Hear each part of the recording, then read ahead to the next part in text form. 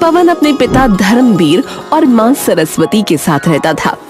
धर्मवीर शहर में नौकरी करते थे, जिसके चलते वो लोग अच्छा जीवन जी रहे थे। पवन बड़ा हो गया था, पर इकलौता होने की वजह से उसको इतना लाड़ प्यार किया जाता था कि उसके माँ बाप ने पवन से कभी एक भी दिन काम करवाने की कोशिश नहीं की। क्या खाएगा मेरा राजा बेटा? आज मैं पोहा खाऊंगा। हाँ। अभी बनाती हूँ। और आप क्या खाओगे जी? अरे जो मेरा लाल खाएगा मैं भी वही खा लूंगा। मतलब कि पोहा। गांव का रामलाल वहीं से गुजर रहा था। उसने ये सब सुना तो रुक गया। दरअसल पूरा गांव उनका ये लाड़ प्यार जानता था, इसलिए सब पवन की टांग खिंचाई किया करते थे। अरे राजा बाबू उठ गए। अरे आपको क्या है, रामलाल चाचा है, जब देखो चले आते हो। क्या है? क्या है भाई? दिन है, अभी फिर रात होगी, कल तुम्हारी बारात होगी। अरे लेकिन बारात कैसे होगी? तुम तो कुछ करते ही नहीं। 25 साल के घोड़े हो गए हो, फिर भी आवारा फिरते रहते हो। हैं रामलाल, ज्यादा बकवास न कर, चला जा यहाँ से, वरना बेलन लाऊंगी और तेरे सर से गुमड़ा निकाल दूंगी। अरे भाभी, जा रहा हूँ, थोड़े मजे तो ले लूं। बुरा न मानो तुम। पवन का दिन एक ही पैटर्न में गुजरता। देर से उठना, छत पर बैठकर मूंगफली चबाना, गांव की खिड़कियां देखना। इसके अलावा वो अपने पड़ोसी बेचारे मुन्ना का मजाक उड़ाता रहता था, क्योंकि वो एक मछुआरा था जो कभी कभी कोई मछली पकड़ नहीं पाता था। क्या हुआ मुन्ना भैया, फिर कोई मछली हाथ नहीं आई क्या? अब वो कहावत तो सुनी होगी कि नंगा नहाएगा क्या और निचोड़ेगा क्या। मुझे देखो, मुझे ऐश करता हूँ घर पे, ऐश। खाओ पियो और मौज करो, मौज, यही तो है जिंदगी। आज ज्यादा मजाक ना बनाओ पवन। हाँ, कहीं एक दिन तुम भी मजाक बनकर ना रह जाओ, बता रहा हूँ। खुद तो कुछ करते नहीं हो और बस सलाह देने चले आते हो यहाँ पे, हैं? अरे कर लो जितने दिन करनी है ये आवारागर्दी। बाप के सिर पर बैठ के ऐश कर रहे हो, हैं? अरे जाओ जाओ, ज्ञान न दो, जाओ जाओ। कुछ समय ऐसे ही निकल गया। पवन की वही जिंदगी चलती रही। फिर एक दिन उसके लिए रिश्ता आया, कुंडली मिली, बात जमी और पवन की शादी गौरी नाम की लड़की से हो गई।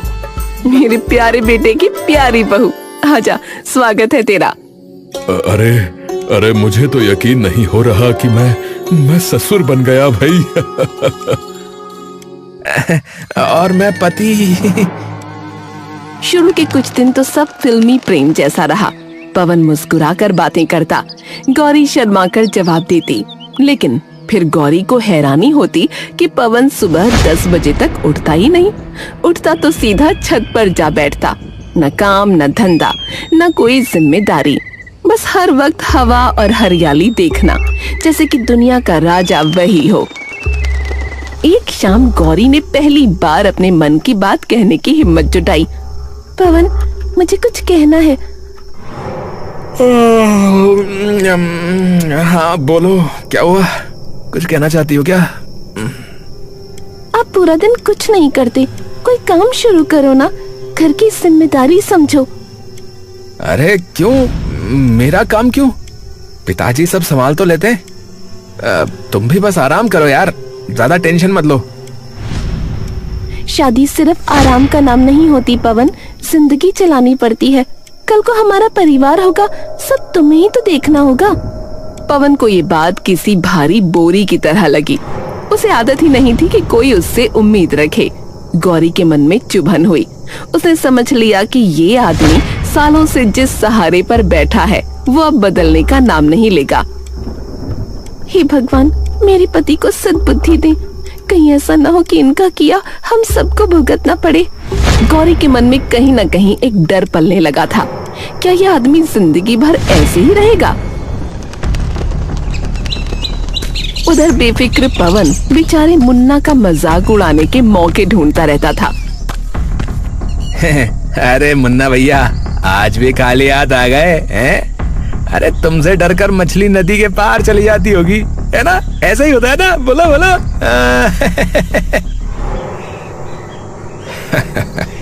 अरे बहुत बोलते हो तुम पवन। अरे अब शादी भी कर ली।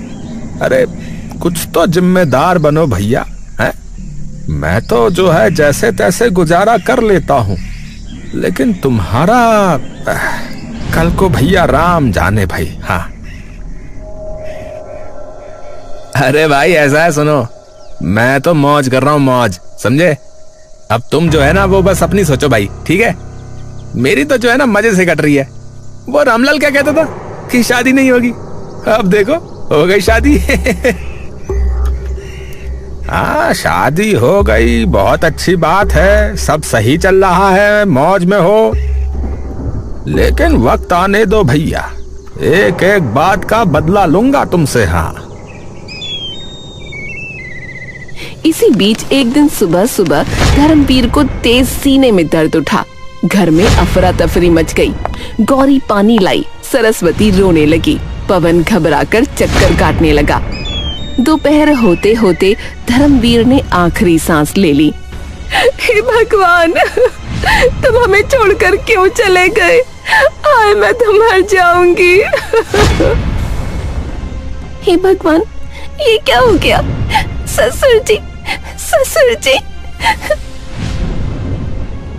पिताजी, पिताजी, पिताजी, पिताजी उठिए ना पिताजी। माँ, पिताजी को उठाओ ना माँ। माँ ये क्या हो गया माँ? पूरा गांव उस दिन मातम मना रहा था, क्योंकि धर्मवीर वाकई एक अच्छा इंसान था। पर सबसे बड़ा झटका पवन को लगा, जिस इंसान ने उसकी हर कमी ढक रखी थी।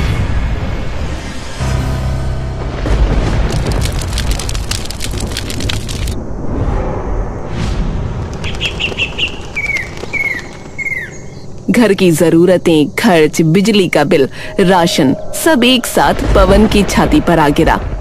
अब पहली बार उसे समझ आया कि जीवन केवल हवा खाते रहने से नहीं चलता, काम करना पड़ता है। और उसके पास कोई हुनर नहीं था। गांव वालों की कानाफूसी शुरू हो गई। अरे धर्मवीर का बेटा भी अब देखेगा कि मेहनत क्या होती है भाई।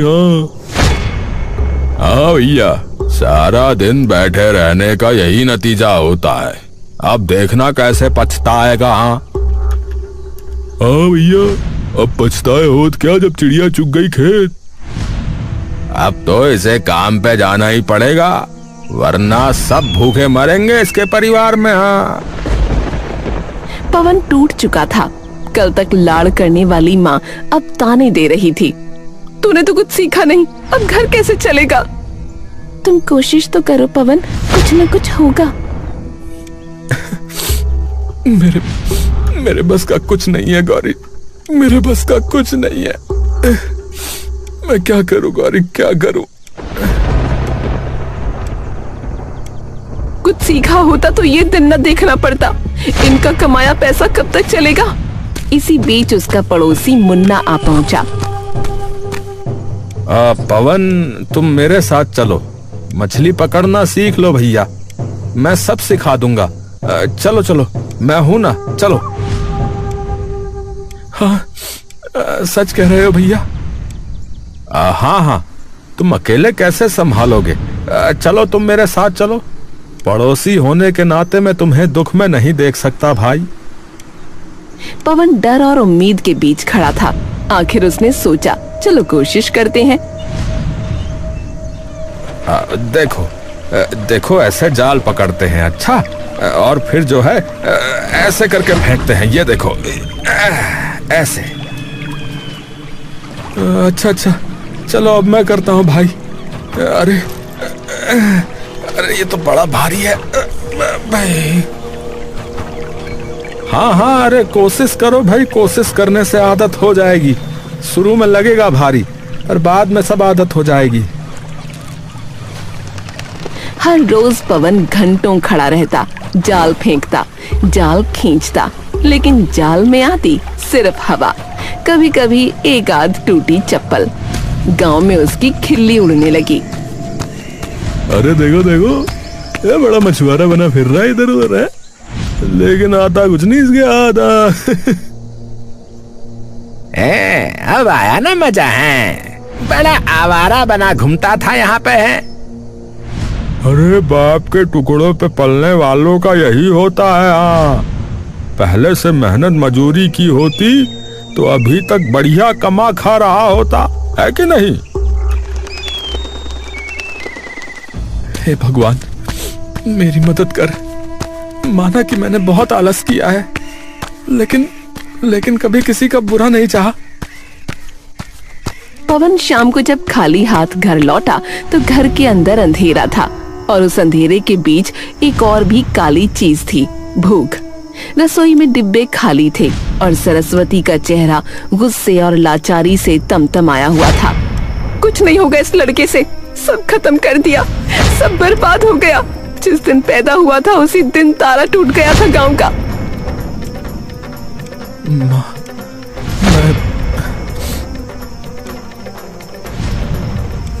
चुप, तुझसे एक रत्ती भर भी काम ना हुआ। तेरे बाप की चिता ठंडी नहीं हुई और तू घर की चिता जला रहा है। गौरी पास खड़ी ये सब सुन रही थी। उसका दिल सूखता जा रहा था, जैसे किसी ने उस पर कीलें ठोक दी हों। कुछ पल उसने खुद को रोकने की कोशिश की, पर आज उसके भीतर का डर, गुस्सा, मजबूरी सब एक साथ फट पड़ा। पवन, अगर अभी तुमने कुछ नहीं किया, अगर अभी तुम ऐसे ही रहे, तो मैं इस घर से चली जाऊंगी, सच में चली जाऊंगी। उसकी आवाज पत्थर की तरह गूंजी थी, और यह आवाज सुनकर पवन की दुनिया हिल गई, जैसे कोई पहाड़ उसकी छाती पर गिर पड़ा हो। उसने पहली बार समझा कि जिंदगी से सब कुछ छिन सकता है, माँ, पत्नी, घर, इज्जत, और वो खुद। अरे ऐसा मत कहो गौरी, ऐसा मत कहो। मैं देखो ना, मैं कोशिश कर तो रहा हूँ। मैं क्या करूँ कि कोशिश तुम्हें बहुत पहले से करनी चाहिए थी, तब तो तुम आवारागर्दी में लगे रहे। अब कोशिश नहीं, फल लाओ। गौरी की बात ने उसकी जुबान पर ताला लगा दिया। वो देर रात छत पर बैठा रहा, चांद की रोशनी में सोचता रहा। उसको अपने ही हाथों से शर्म आने लगी। उस रात पवन ने पहली बार अपने अंदर झांका, और जो दिखा वो गंदगी, कमजोरी और बेवकूफी का ढेर था। सब सच कहते थे, लेकिन मुझे लगा कि ये लोग बकवास करते रहते हैं। लेकिन इसमें गलती अकेले मेरे की तो नहीं थी। मेरे माँ बाप ने कभी मुझे सच्चाई से रूबरू ही नहीं करवाया। खैर, गलती किसी की भी हो, लेकिन पश्चाताप तो मुझे ही करना है। मैंने मुन्ना भैया का भी बहुत मजाक बनाया है। सबसे पहले तो मुझे उनसे माफी मांगनी चाहिए। अगली सुबह वो सीधा मुन्ना के घर पहुंचा। दरवाजा खटखटाया। मुन्ना अभी अभी नींद से उठा था। मुन्ना भैया, मैंने बहुत गलती की। मैंने आपको छेड़ा, आपका मजाक उड़ाया। मैं बेवकूफ था। मेरे घर की हालत बहुत खराब है, मुझे माफ कर दो। ये शायद आपका मजाक उड़ाने का ही नतीजा है। अरे पवन, अरे ये क्या बोल रहा है तू? है, अरे मैं तो कब का तुझे माफ कर चुका भाई। अरे तू भाई जैसा है मेरा। देख, सब ठीक हो जाएगा। अच्छा, आजा गले लग जा। अभी तो रुक जा बेटा, जिंदगी ने तो अभी बस रंग दिखाना शुरू ही किया है। बहुत बहुत धन्यवाद मुन्ना भैया। अच्छा, आज तुम जो है अकेले नदी पर चले जाना, ठीक है? मुझे जरा जो है कुछ काम है। ठीक है। पवन अकेला नदी पर पहुंचा। पूरा दिन यूं ही निकल गया। एक मछली जाल में न आई, सूरज ढलने लगा था। पानी लाल हो रहा था। हवा में एक अजीब सी ठंडक थी। पवन जैसे किसी बेहोशी में जाल फेंकता रहा। उसके कंधे टूट चुके थे और मन उससे भी ज्यादा। पर इस बार अचानक जाल भारी हो गया, इतना भारी कि पवन घबरा गया। अरे अरे ये क्या है? इतना वजन! हे भगवान, कुछ तो है इसमें। वो जाल खींचता है और फिर एक सोने जैसी चमक आई और दिखा कि जाल में एक सुनहरी मछली है। पवन पहली बार खुश हुआ, पर अचानक मछली बोल पड़ी। पवन, मैं कोई आम मछली नहीं, बल्कि मत्स्य राज हूं। मुझे छोड़ दो, मैं तुम्हारी किस्मत बदल दूंगा। हाँ, ये मछली बोल कैसे रही है?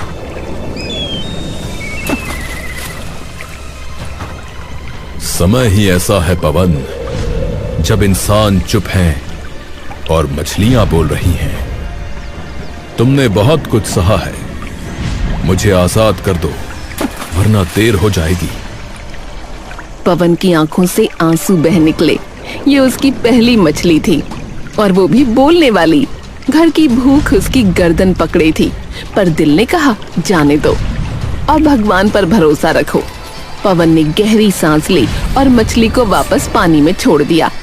पानी एकदम से चांदी की तरह चमकने लगा और पानी से एक दिव्य पुरुष बाहर निकले, वही मत्स्य राज अपने असली रूप में।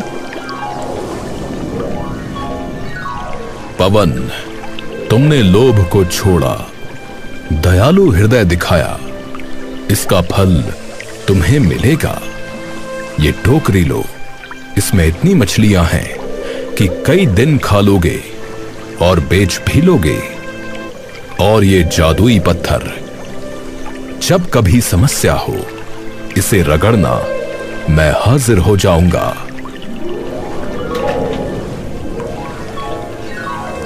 धन्यवाद, आपका बहुत बहुत धन्यवाद। पवन के लिए ये दुनिया का सबसे बड़ा चमत्कार था। पहली बार उसे महसूस हुआ कि शायद ऊपर वाला भी कहीं है और उसे अब बदलाव लाना होगा। टोकरी खड़कती हुई मछलियों से भरी थी। पवन ने थोड़ी मछलियां बेची और बाकी लेकर घर पहुंचा। अरे पवन, इतनी सारी मछलियां कहाँ से आई? पवन, तुम्हें सच में मछली पकड़नी आ गई? हाँ, सीख गया हूँ थोड़ा बहुत। घर में खुशियां गूंज उठीं। सरस्वती कड़ाही चढ़ाने लगी। गौरी ने झट से चावल धो दिए, पर दूर खड़ा एक आदमी पवन को दूर से देख रहा था। मुन्ना। उसकी आंखें सिकुड़ गईं। मैंने तो इसे अपने साथ रखा है इसलिए था कि इसे तड़पता देखकर मजे ले सकूं, क्योंकि इसने भी मेरी मजबूरी के खूब मजे लिए हैं। पर ये तो इतनी मछलियां पकड़ लाया।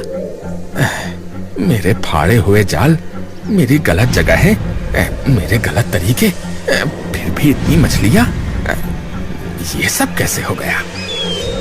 उसका दिमाग तेजी से घूम रहा था।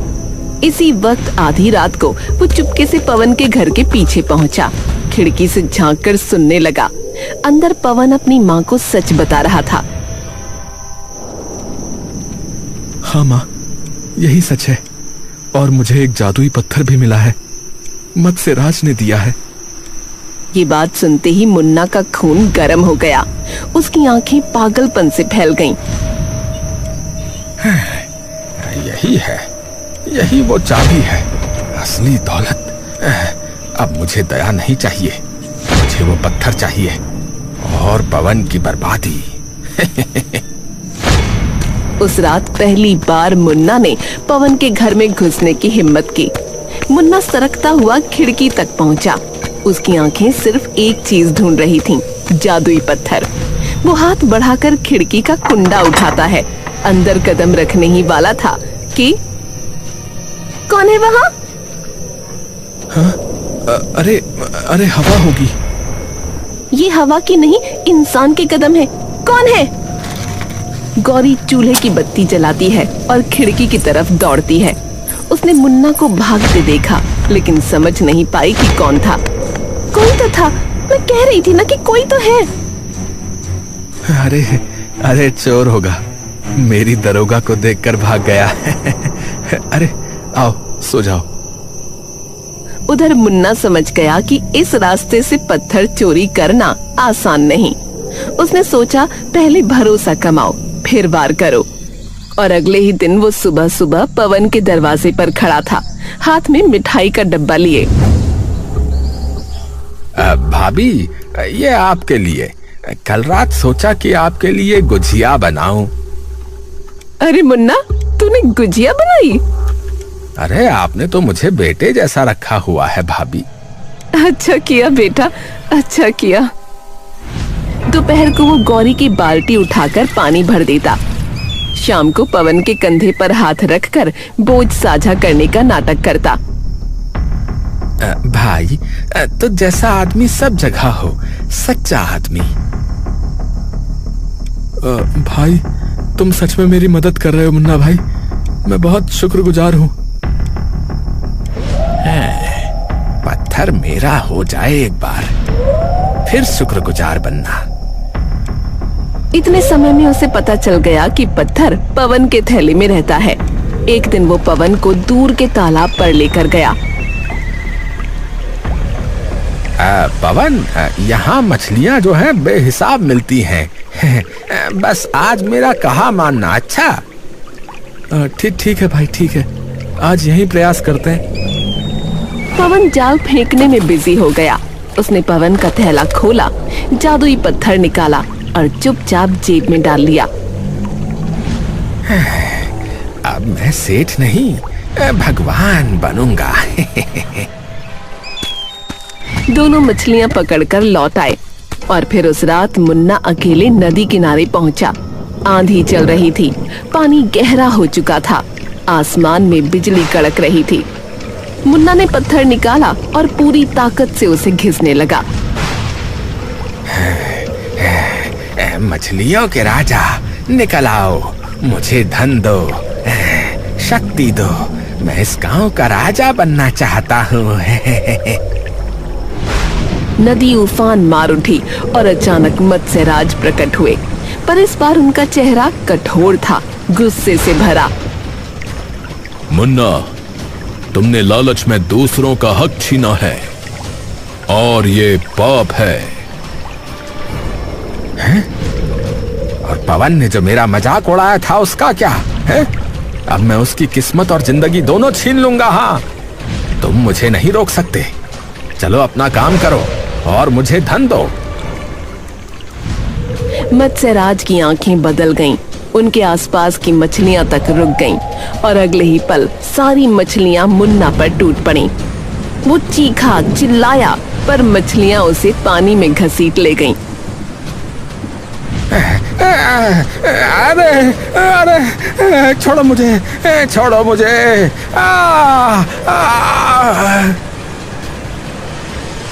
उसके पैर पंखों में बदलने लगे, उसकी चमड़ी चमकदार परतों में फटने लगी। वो एक भयानक रूप बनता गया, आधा आदमी आधा मछली। और फिर नदी ने उसे अपने भीतर निगल लिया।